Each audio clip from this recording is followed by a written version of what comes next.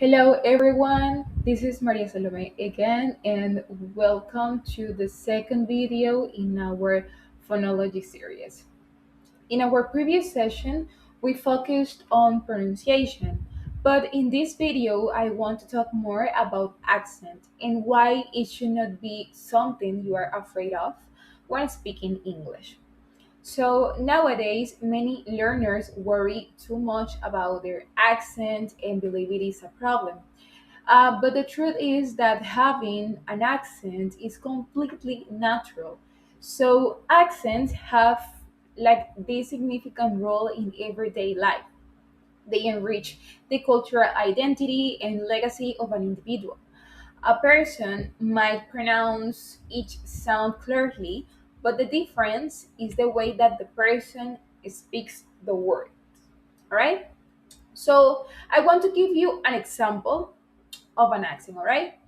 And with the American accent in the word water, it is pronounced like this, water. But when it comes to Australian, they pronounce it as water. But when it comes to British accent, they pronounce it as water. It's the same word, but it is pronounced different, right? That is accent.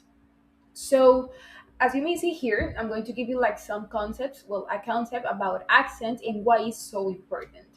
So, an accent is the influence of your first language and your background on the way you will speak another language.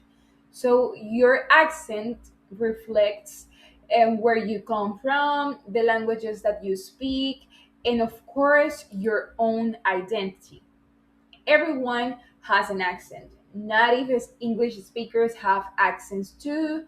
As I told you, British, American, Australian, and many others varieties of English. All they have their own accents. There is no like accent free English because today, like in these days, English is a global language. Most people who speak English around the world are like non-native speakers, and they all speak with different accents, of course. So what truly matters here is that in communication is not sounding like a native speaker, but being able to express your own ideas clearly and understand others, of course. So the major difference between English and languages like, for example, mine, Spanish or French, is rhythm. Spanish, for example, is a syllable time language. This means that we give almost the same time and force to every syllable. For example, here in English we said tomorrow we go to the beach, but in Spanish is mañana vamos a la playa. So it is a steady, constant reading like a train in Spanish. English, on the other hand, is a stress timed language. Not all syllables are equal. Only the syllables that carry important information, those are called stressed ones, they receive force, volume, and length. The rest are like rushed. So there is a common myth that to speak good English, you must lose your accent. That is not true, actually. Losing an accent is not the goal of language learning. Improving your pronunciation is about making communication easier, not about changing your identity. Another myth as well is that having an accent means that your English is bad. That's not right.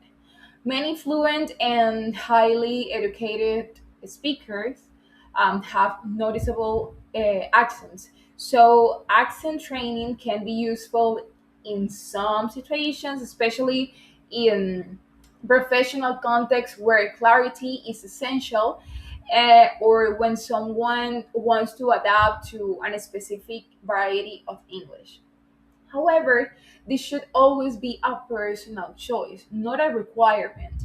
An accent does not measure your intelligence, your level, or your ability to communicate, right? So I want you to keep in mind that.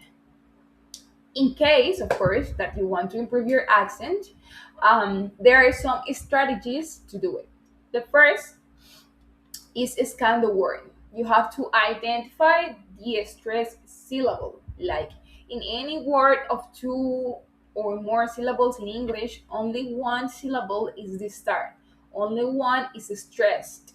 So meaning it that it is louder, longer, and spoken at a slightly higher pitch. All other syllables are reduced, often turning into the laziest sound in existence. Second step is that you have to scan the sentence. It means identify the content words, so those are the strongest, and the function words, which are the weakest, right? As a third step, you have to use the tone. So you have to apply the correct intonation so your intention is clear. Intonation is like the rise and fall of our pitch.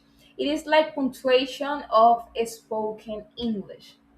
It tells you if we are finishing an idea, if we are requesting something, or if we are doubting about something.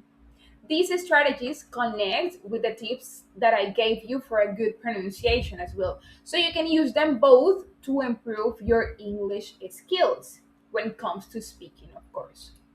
So, in conclusion, I want you to keep in mind that your accent it is not like a weakness. It is a natural result of being bilingual or multilingual as well.